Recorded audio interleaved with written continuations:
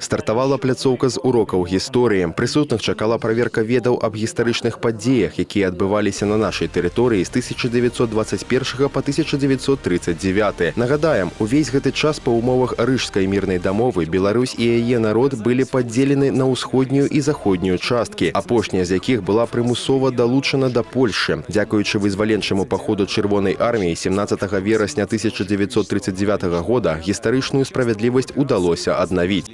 Праводзімая Польшай у перыяд акупацыі палітыка аказвала негатыўны ціск на нашу культуру, пладзіла непісьменнасць і бязвер'е. Цяпер гістарычная памяць адноўлена і жыве ў сэрцах людзей, якія не баяцца ўспамінаць падзеі тых дзён услых. Дарэчы, палітыка заходняй дзяржавы і зараз выклікае пытанне, адрозніваецца нелагічнасцю і наплявальскім стаўленнем да ўласных грамадзян. Узяць хаця б прыклад нядаўняга закрыцця пагранпераходаў. Сёння беларусаў аб'ядноўвае адзінства поглядаў на сучаснасць і будучы шлях развіцця нашай краіны. Значная роля ў гэтым належыць нацыянальнаму лідару, прэзідэнту, які вядзе за сабой народ і карыстаецца аўтарытэтам сярод кожнага з пакаленняў. Гэтае і многае іншае стала лейтматывам дыялогу, які прайшоў пад эгідай грамадскай арганізацыі «Белая Русь». Дыялог аб галоўным абыякавых не пакінуў. Да актыўнай дыскусіі далучыліся ўсе прысутныя. Эмоцыі самыя пазітыўныя і гаворыць аб тым, што пляцоўка аб'яднала ўсіх думкамі і сэрцам. Гэта 4-ты год марафона. Для яго пляцовак, як па колькасці граняў брыльянта, абіраюць 17 гарадоў нашай краіны Алмаза. У гэтым годзе Гомельшчына прыняла сустрэчы ў Брагіне, Карме і Петрыкаве. Галоўная задача іх адна – паказаць велічнасць і прыгожасць нашай краіны і наколькі важны ўклад кожнага ў яе развіццё.